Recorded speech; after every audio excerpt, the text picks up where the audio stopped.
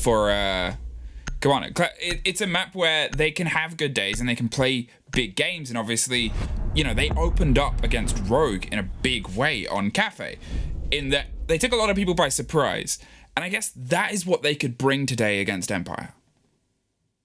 Yeah, they could indeed. Like, Cavanaugh, if they're going to be able to bring what they usually do in terms of their cafe performance, and if they manage to bring the fire that they were able to show during the previous game against TrainHard, I think this is going to be a really good game. We didn't see the Blitz band coming in, so there's a very good opportunity. Then No. I don't think we see the Blitz, but Apparently Gorgon has suffered that since the Playdate. Yeah, I saw that. They've been banning Blitz against him, so poor Gorgon. Because to be fair, understandable. Mirror gone. Okay, it limits a lot of the extensions you could do across the top floor for teams that like to do the open holds inside the kitchen as well. It kind of cuts a lot of the momentum out of those, so they can't be as aggro on a potential aggro position. Wamai as well, it limits some of the play. I mean, you look at this now, you look at the bans that we've got, you assume kitchen's going to be quite locked down for these two teams. yeah, that is going to be the thing, right? Sometimes you see these very creative takes coming down on the kitchen, which suddenly open up everything. Yeah. Often through the hatches, for example. Like, it really depends on how the attack starts to develop.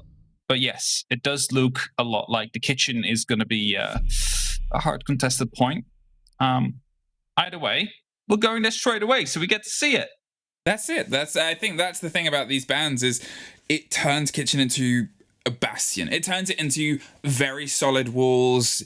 It limits some of the big angles that you might be able to play with that Carly. It seems like they're expecting some of the play. Down here, they obviously are limited by the lack of a Thatcher, but they still want to make sure that they can get through what is going to be a solid setup here. They are obviously bringing themselves with a double set of hard eyes, the Maestro and the Echo. Echo, we've seen some huge plays on this site across the other regions as well, and he's come in clutch a couple of times. There's a lot of little cabinets you can hide the yokai in, right? There's a lot of places in the kitchen where you can hide them. Just look at it when you're looking over that site. So many places you can just hide them. You can also just put them down into Kochak. And you can just wait until the plant comes down, until they start executing onto the site. And even if they bring an IQ, they're most likely not going to be able to deal with your yokais as they are inside of those cabinets, right? So they are going to be safe, relatively safe. And there is no IQ being brought. We do see the Kali. That is an operator we haven't seen for a while, I believe, in EUL. And surely will be used to open up whatever approach they want to go for as quickly as possible as an alternative to the Thatcher.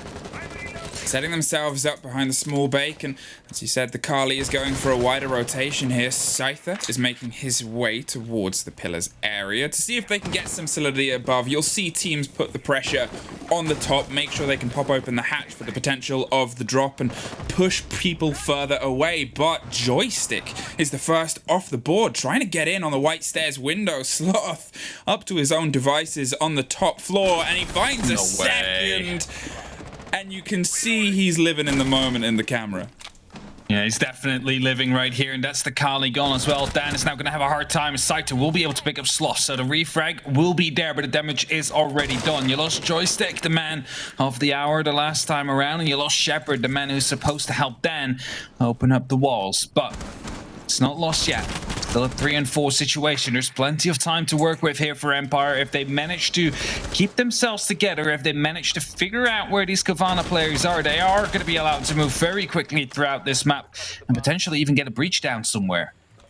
Well, they're still waiting inside the site. As we said, it's a lot of verticality for now. Sledge is going to try and shepherd people into slightly more uncomfortable positions. It's rare to find yourself in a full lockdown from above, just based on the possible positions people can play and how much soft versus how much hard there is. But it does do bits in terms of just shepherding people further away. And although the aforementioned player on Kali is off the board, there is still some possibilities of those rotations down the bottom of the White Stairs. If they want to make a quick move, they're going to have to clear off to the right hand side and make sure that that shield is dropped by VIP's side. And with a minute on, they have a lot of time, but they've got to start thinking about, well, where do we actually want to try to make our way in? Well, luckily, a lot of the angles have been covered off right now, and that forces the players on the actual side for Cavanaugh to stick in very specific corners, and they will be aware on that, on the likes of Empire, and they will be able to potentially work with that as well. As the grenade now being cooked in, will be tossed in, gets the kill as well. Anarchic just blocked off the ADS with his buddy right there at the moment that the grenade came in, and loses his life as a result, and that means that now the freezer drop will be coming in. Yeah, an unfortunate turn there, and there is Grizzly trying to dig in with a big Alder, but it goes burr and doesn't quite catch anybody. The frag grenade hits the camera on the far side. Scyther seems like he wants to hop into the sink. Kendrew is waiting, and 13 seconds. We talked about these cameras and how monumental they can be. Oh, this could be all she wrote. He just has to play this on the backboard. There's the first, there's the 0, there's the second. There it is. Almost caught it. But the split second is in Cavanaugh's favor in the first round. You instantly saw the eggs there as well. Instantly going back onto that plant, not worrying about the yokai, even though it had another charge. Probably relying onto your teammate of taking it down, allowing you to go for the plant. There was not much time. It was basically the only thing he could do. But the yokai saving the round right there. They managed to bring it back. They managed to get side control, but not completely, as the yokai's still around. Made sure Cavanaugh is going to be able to pick up their first round.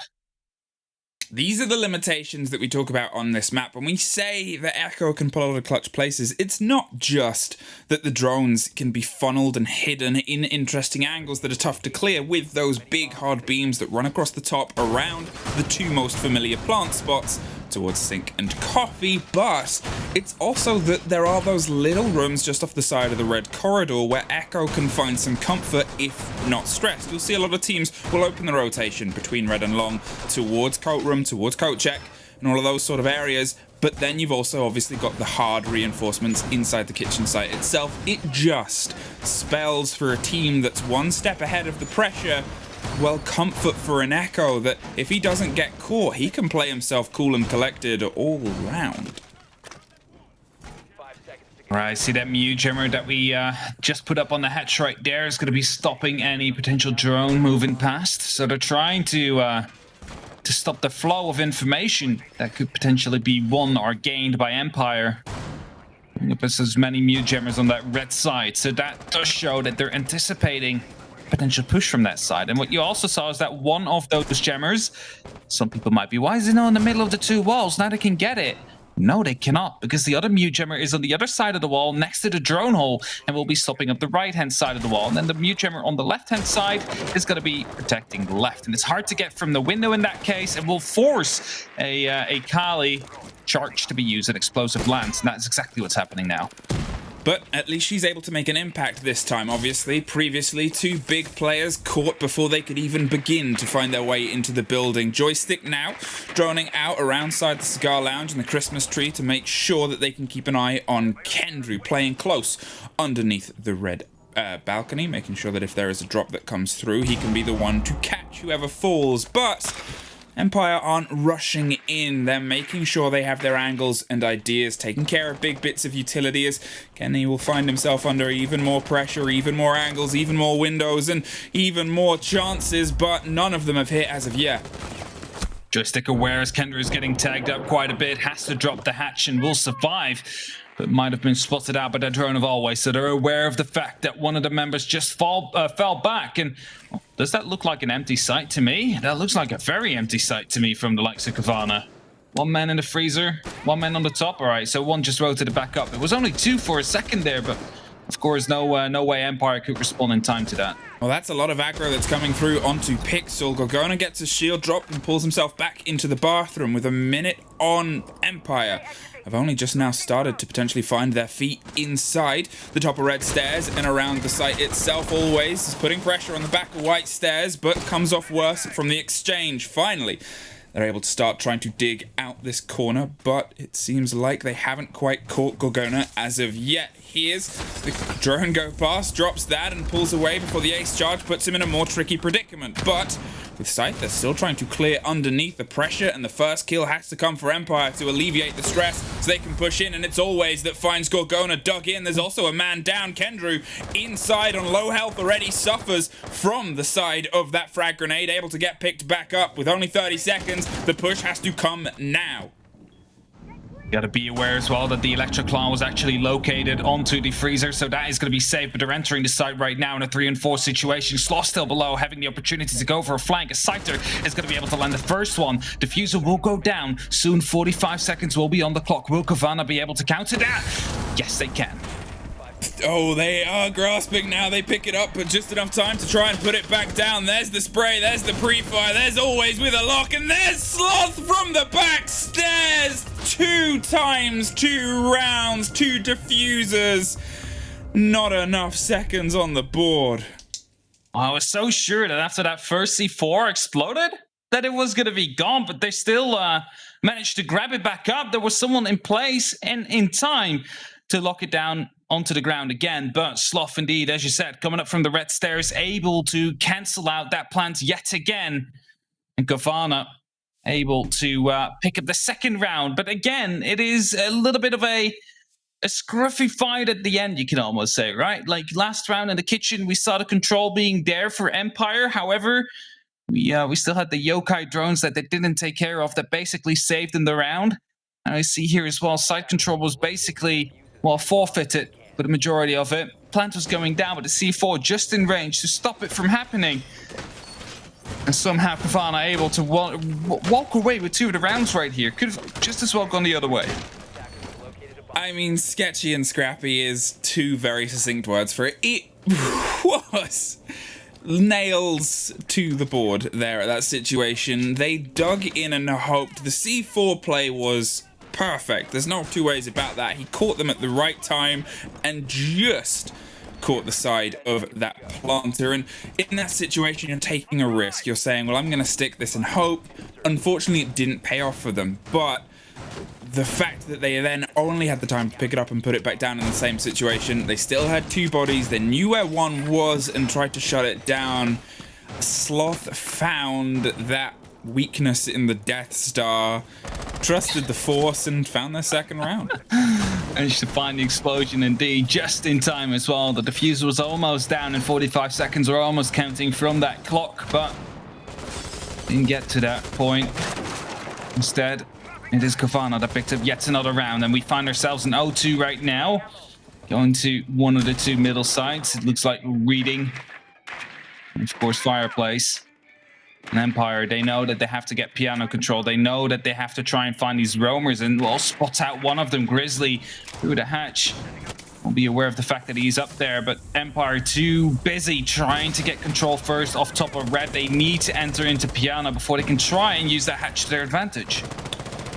Dan is being led by the support of his teammates on the side, able to get feet inside the top of Red. And obviously we've seen a lot of bloodshed happen on this top floor across the first 2 rounds, and Empire are making sure their feet are in the building early. They aren't risking wasting more time and having people dropped outside. They know how close they're coming. They can taste one of those round victories, and well, the flavor is much sweeter the quicker it comes. But unfortunately, Dan is the first off the board, dropped by Sloth. They almost get the trade as he puts himself around a little bit more of a safe location around the side of the Aruni gates, but it's not safe enough for Scyther. Digs his way through the middle. Grizzly with a bit of revenge. Gorgona's holding onto the white stairs, waiting for the rotate to come around the opposite side. Iana's going to lead the Gemini around the corner as the grenade pops over the top, just gets caught by the ADS, and now it's a wait of how do we get these last couple of bodies out.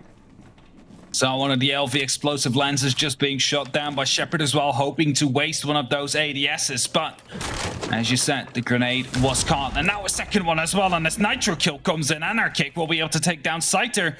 This looks like a way more comfortable round right here for Cavanaugh. Shepard and Always still have to try and hit the site, but they're already in a 2-on-4 situation. The pre-fires will be, well, not landing as there's no one left anymore on that position right there from Cavanaugh. Still a pre-play C4 by Kendrew, waiting for them to push up to that balcony, but I don't think it will be happening. 30 seconds are left. They need to hit the sides, and oh yes, of course, they do still have that slash. They still have the opportunity to, well, make this floor go open.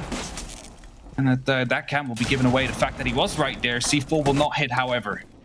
Well, less than 20 seconds, and they're still opening the vertical to see if they can pull something out before they try and take the hot drop and push and pressure their way through onto site. But nobody is caught outside of always suffering a shoulder of damage. The angle and the corner isn't there at the bottom of the stairs. They're going to drop round pillars and hit a soft door. Always finds Grizzly. And otherwise, they find a wall insurpassable, and Cavanaugh, I'm going to say somehow pull off the 3-point rotation, because those first two, well, they were close. The third, that was all theirs, I think. Yeah. The first 2 rounds were somehow they managed to get away with 2 right here. This one is like, yes, very clean. Managed to pick up a lot of the frags without really being traded by the likes of Empire. You saw that at the end right there. They were just looking for something desperately, but couldn't find anything. And as soon as they decided, right, maybe we should just force a plant and hold the vertical, well, the door was still closed. Doesn't really help you in that case. But 0-3 right now. Fireplace, mining coming out. We're going to all 4 bomb sites. Okay. That is going to be a statement from Cavanaugh, you can almost say. Hey, give us the full stretch. They're a team that is comfortable to play pocket plays, as we saw in their previous game earlier this week with the blitz play. But, stretching yourself out, trying to pull one of these offsides, because if it goes wrong, then they obviously still have kitchen, and then they have top, and then what that puts into the hands of Empire is a guessing game of, well, what do we bring, how do we adapt, and what do we change? To be fair, their lineup has been pretty solid. They're staying on the Kali for now to try and make sure that they can get through all of the hard walls that are being put forward, but it's not just the hard walls that are causing problems. We're seeing Aruni, we're seeing usually Jaeger eating up a lot of those grenades as well. Yeah. Things are a little bit out of step, I think. Something I was wondering as well, like it didn't really matter in the end, but Dan used a smoke to disable the Aruni Surya laser gate. But right after he did that, a replicator walked through from Yana. Like, right after, so it didn't get caught. So the smoke was used to dismantle it, whilst we normally now see the replicator of Scyther, of Yana, to take care of the Surya laser gates, because it is a counter, right? And it recharges, so you basically have... Well, not infinite, because there's only so much time in a round, but you do get it back after a couple of seconds. So, Dan died right afterwards, so he didn't get to use his other smoke. But when we will be in an eventual execute situation and you don't have the smoke slap, that could have been problematic. Wow, stacking up around this top and making sure they have the read to take over the red stairs. They have a couple of bodies that are inside. The hatch is hard. From Piano, they're not going to go for a big extension, but they have Sloth playing on that pixel angle, waiting for somebody to pop up on that window. Nobody is there as of yet, but look at that from Gorgona. Oh, that is a little bit cheeky. Really nasty. Is a really nasty angle right there. They knew where they wanted to open up, but Sloth just waiting. Always deciding to spray through the window. Sloth somehow happens to have his crosshair right into the head. And that is going to be the 2nd kill in a row right now. Dan down with the Selmas, always down as he was upside down on Repel. Might have had some grenades left still. And Empire yet again find themselves in a 3-on-5 situation right here. And look at the amount of verticality in terms of destruction they have left. The Shepherd jumps into a frost mat. We'll have 2 members ready to pick him up. So that's not really an issue. But they don't really have the opportunity to go for the verticality. And that means Kendra is going aggressive right now. Tries to spray down 1, 2, and that's the kill. Shepherd with an actual team kill. Yeah, that's very unfortunate. This was a really sloppy late round from Empire, I'd say. I mean, you're right, and it's so tough. And I think you can kind of tell that things are starting to slip a little bit further and further away from them, because they are rightfully so taking a tactical timeout right now and taking a bit of a break. Because for all we talk about, okay, the first round was won by the Echo. We talked about how significant he can be at the beginning. And he was at the end. He wasn't quite caught out. The second round, it could have very much, and probably should have been in a lot of other teams' cases, Empires. It was one loose cannon was able to win the fight. The third slipped further, and the fourth, it's tough to kind of find compliments in that approach, because they seemed frustrated. They seemed a little bit in their heads and blinkered. Could have been worse, I have to say. Do you remember Blur taking down, what was it, from VP with a grenade in his hand, which dropped and then killed another one? Pasha, I believe. Oh, it can always be worse, but you see Yana? Yeah, but you can see the kind of, you can see that they're getting a bit frustrated, Empire. You can see it in their play from what was very meticulous in the first and second round to the third, where they went a little bit quicker. And there, where it was things like, you know, 3 of them stuck in Cigar, 1 in a Frost Mat. Obviously, the kill on from Gorgona was filthy, those angles. And then Sloth, he was in the right place, right time. That's Siege. But then you can see that when they're starting to fall apart, Cavanaugh are getting bolder and brasher. And I think they needed that break to break up the pace. They do indeed. Just quickly talk about what was going on. But the point I was trying to make there is, as you said, 3 people were inside of Cigar. And I said it could have been worse because the Yana was pulling out a grenade. And if she would have stepped back a second earlier, she would have been stepping into that frost mat. I'm not sure if you actually drop the grenade if you go DBNO. I know if you get killed, but I'm not sure if that's the case. That could have been a triple team kill with a grenade right there. That's what I meant with it could have been worse. They were that close to to being completely ruined by the frost mat in the end right there. But 0-4 is currently the scoreline, and yet again the Kali will be brought out. Yes, it gets a job done. Yes, they get the walls open up that they want to have opened up. However, I'm not sure if they're missing out on a gunner, because Shepard is not really having an impact so far with the biggest rifle and the SPSMG9 that he carries alongside him. So far still on 0. Maybe it's time to try to go for a different operator. Maybe not Q to fill a similar role. Well, I think it's always worth talking about Empire when they do juggle round operators and roles. Obviously, Joystick is on that Ash role that has bounced around a couple of the members of the team, and he had a huge game earlier on in the week, and he hasn't quite been able to replicate that against Cavanaugh so far. And I think because nobody is quite having that big, heavy frag game. Obviously, you've got Shepard's playing the support role. Dan is on the hard destructs. They can't be as aggro as they probably would like to, because it's a little bit consequential for a lot of the sites here. And, you know, it's seemingly putting them in this tricky situation where, as we've seen with a little bit of the misjuggling of utility, they're trying to find their opener, but they're trying to do it cautiously, and Cavanaugh are throwing caution to the wind. But they have themselves inside the building, they have themselves aggressing onto kitchen, and they have that important hatch open with Sledge steadily working away on that soft floor. Sloth's gonna go for a bit of a C4 here, but nobody is quite close enough as of yet. Waiting for the read and the beat, but nobody has drifted too close. The first blow, if it goes into Empire's way, could spell the start of some good momentum. They just used 12 Excaros onto the rotation into the hallway right there. That's very curious to see.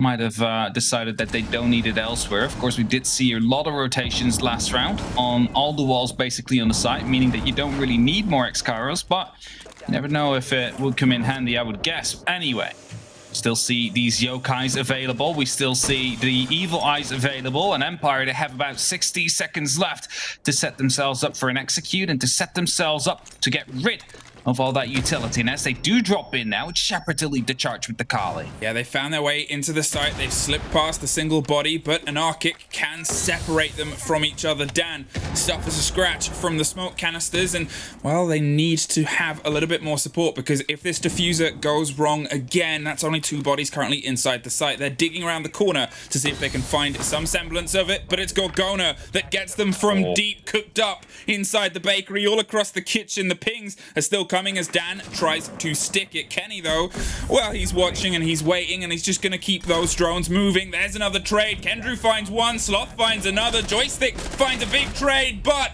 it's a 2 versus 1. Oh, no, Echo. He's still on the board. He's playing with 2 drones either side, watching the Iana. Grizzly is above 2. Scyther, low health, sees a drone go by. But you assume it's a 5-0. Kendrew really played with Empire right there, just like it was his food, just driving around with the Yokais, hitting them, getting them off that plant, stunning them, driving around, making them go crazy. In the meantime, quickly goes off, gets the kill onto Scyther, who tried to challenge them, as they were aware of the fact, all right, the last time around they were actually playing in the kitchen with the Echo. If we managed to win that gunfight, we could get ourselves a plan down. But no, Kendrew wins that one. And he goes back onto the Yokai, back to bully Empire into yet another round win here for Cavanaugh, who now find themselves onto 0-5. And I mean, we saw them play 7-0 last week. Are we going to see a repeat of that? Because so far it's looking like Empire is slowly starting to lose grip, and especially after just having a tactical timeout, sometimes you see a little bit of that magic working, right? You see an instant round going over towards that side. Not the case now. Will that make it worse, or will that tactical timeout have completely resetted them like it's round 2 now? That is the big question. Which one will it be? Is this going to be like, all right, we've lost 5 in a row, or guys, we can still win this one and then reverse sweep it from here? I mean, Siege is always a tale of two halves. I think that's, a reverse sweep. Sure, I'm not 100% sure in the statistics of how many times it has happened, but it has happened.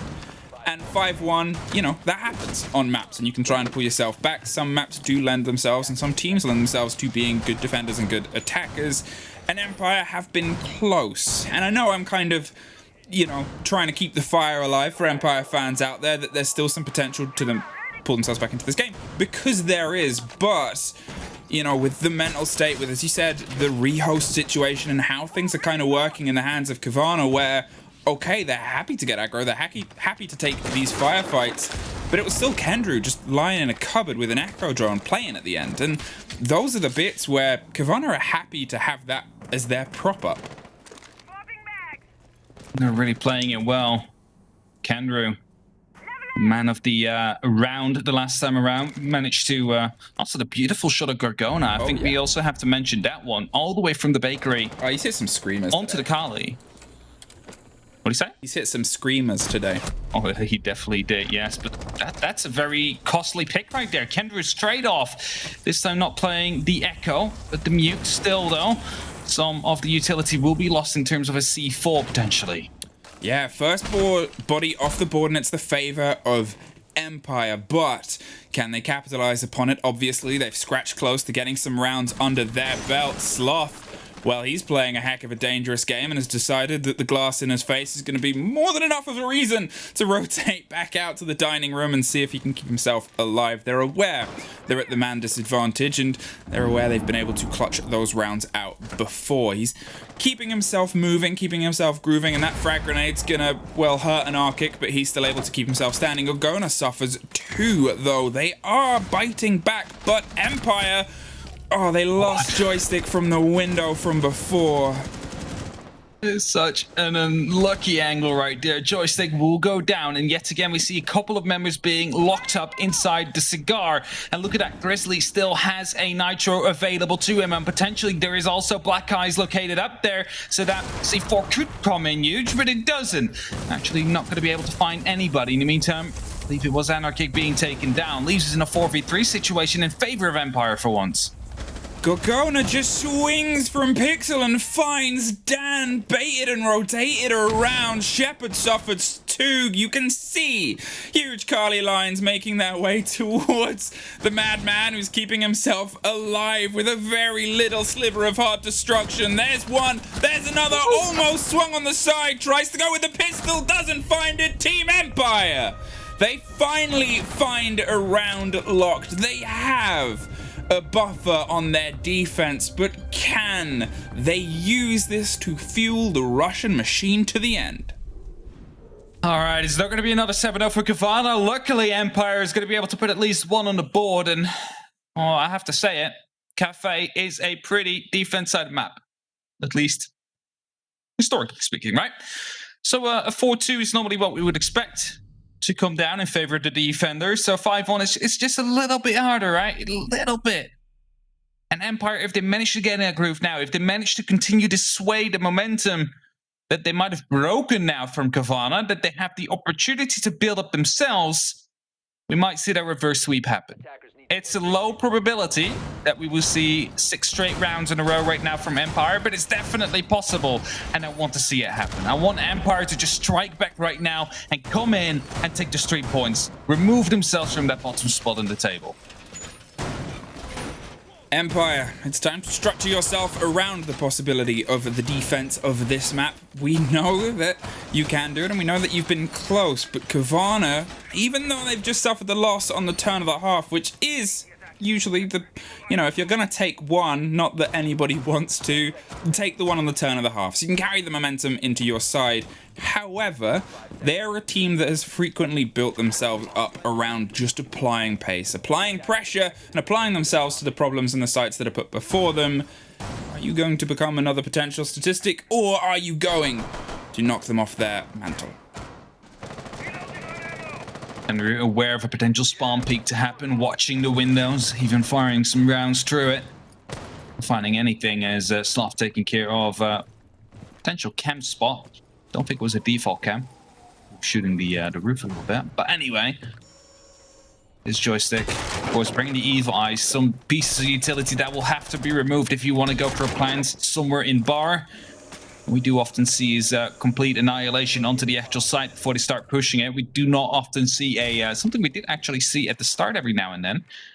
Skylight drop to get a bit of smokes, Ying or Capitao, you know, try and go for the plant. Doesn't really happen. What we see now is just basically forcing everybody out of the side and forcing them downstairs and trying to go for the plant, then letting the Roma try and come back. Well, it's baited grenades over either side. They roll them out. The perfect combination of fireworks to try and remove some of the utility bounced either side, but you still see the Banshee on the bottom. You still see that Evil Eye bubble that is on the top wall just underneath. The pings are coming through to try and lead some semblance, but without that opening body, they're concerned about swinging just round the side of the new Balk. There's still pings on utility and still some pressure attempted to be implied back against them, but you can see that there's caution in the movement and the swings that they're doing. They know that they've got to try and drop some of this with 2 grenades already gone to no avail. You see the jiggle peaks coming in, right? They're trying to find out, all right, someone there? No, not okay. Now we're moving a little bit more consciously, confidently, rather. Something that could have maybe saved Empire a couple of rounds. The verticals that we saw, for example, for that breach hole that Kendrew is standing right next to, could have saved them their lives if they were just quickly checking if someone would be there. And of course, we knew that was the case, and that's a cute kill right there coming in from Sloth. Picking up the first one, that might allow Cavanaugh to try and move through from here on forward. You know, they've been able to get their opener now. They've been able to take care of Maestro as well, so it's a huge gun off the backboard, and it means those cameras are only cameras. Kendrew suffers as he tries to slither through a very close gap. The electricity gives a bit of the game away on the movement, and he can't quite get the angle and the swing on the body inside the freezer. Scyther rotates up the back of the red stairs, doesn't quite catch an Arkic, who has a very important kill under his belt. Sloth gets dropped as Dan finds one, but the trade comes from pillars underneath. 2 bodies left as Kendrew tries to stick the plant. 20 seconds on the board. They have some possibility of training this up, but the diffuser is dropped cold. Now they have to try and swing on the body in the middle. Grizzly is the one that finds it, goes for the pickup before they attempt the plant. Always swings up the white stairs, concerned of the watch. Just has to land a couple of bullets on the diffuser planter, but Kenny's there first. Cavanaugh, map point. Some might be thinking right now, why did you go for the pickup first rather than going for the diffuser? Look at the time, it's running out, but this is exactly why. You buy yourself another member that has the opportunity to cover you whilst you go for that plant. All Kenny has to do, just land a couple of shots, you win the round, you put yourself up onto match point. And like that, they covered themselves off, and right now, Empire, they are going to be feeling it. Okay, 1-6, boys. This is one of the worst results that we've been against right now. All of the other games were a lot closer than this, and well, we really need to get together. We really need to start going. We really need to put the momentum in our favor, and Reading Room Fireplace will be the site that they try and turn the tides. However, the question is, will it be in time? And will Cavanaugh be able to make quick work of this one tonight and put themselves up to a 7-1? They already had a 7-0 last week, mind you. They're really on a tear right now. I think that's it. If you look through the previous results of Cavanaugh, when they were in Cafe against Rogue, it was a 7-2. TrainHard, obviously last week a 7-0, but then their losses are also usually quite big. It was a 7-1, 2G2, and then a 7-4 is the closest game that they've had. Whereas in the hands of Empire, opened the season on an OT loss, and then it's 2 5-7s and a 3-7. They've scrapped in their fights, but they're going to have to do more than scrap if they want to pull this back. Cavanaugh found yet another opener, and they pushed and applied pressure upon those defenders. They're going to try and double down to have some success here and see if they can make some of this top floor hold. Obviously, the site itself isn't the same, and it seems like they want to lead in with some aggression this time. Go for the windows, and Cowana almost suffers instantly. There you have it. Very aggressive plays coming out right there. I must say, Cowana, who've lost his life right there, always still holding for the potential of a late spawn coming through, but has to be careful, as in the meantime, Anarchic already on top of that roof, has the opportunity to go aggressive towards Grizzly instead to pick up Dan. The entry there for Cavanaugh, a very important entry, you might say. This could be the final entry of the round, especially as Scyther and Joystick will go down. It's a 2-on-5 situation now, and the plant is coming through. 45 seconds soon to be on the clock, and it's only up to Always now. They saw an opportunity, they take it and they planted it, and Always, you have an ace clutch situation to stop your team losing. There couldn't be a higher pressure, but you've opened it with half health gone and one body for the trade. Now, Cavanaugh, 30 seconds separate them from taking home a swift victory on the opening game of our day. Now only 20 as Always hits pillars and tries to find somebody on the back stairs, but it's Sloth to end it. It's GG's in chat. Smiles on Cavanaugh, and Empire unfortunately crumble, the worst they have all season. It's getting worse and worse with Empire right here, and Cavanaugh is getting better and better. The entry frag that came in, really important. They've managed to follow it up with another 2 and instantly decided, all right, let's repel in. Let's go for that plant and make sure that we are going to be walking away with this win right here, right now. And Sloth from 12-6, really carrying Cavanaugh. Not really, I have to say. Like, yes, he had a lot of kills, but I feel like it was a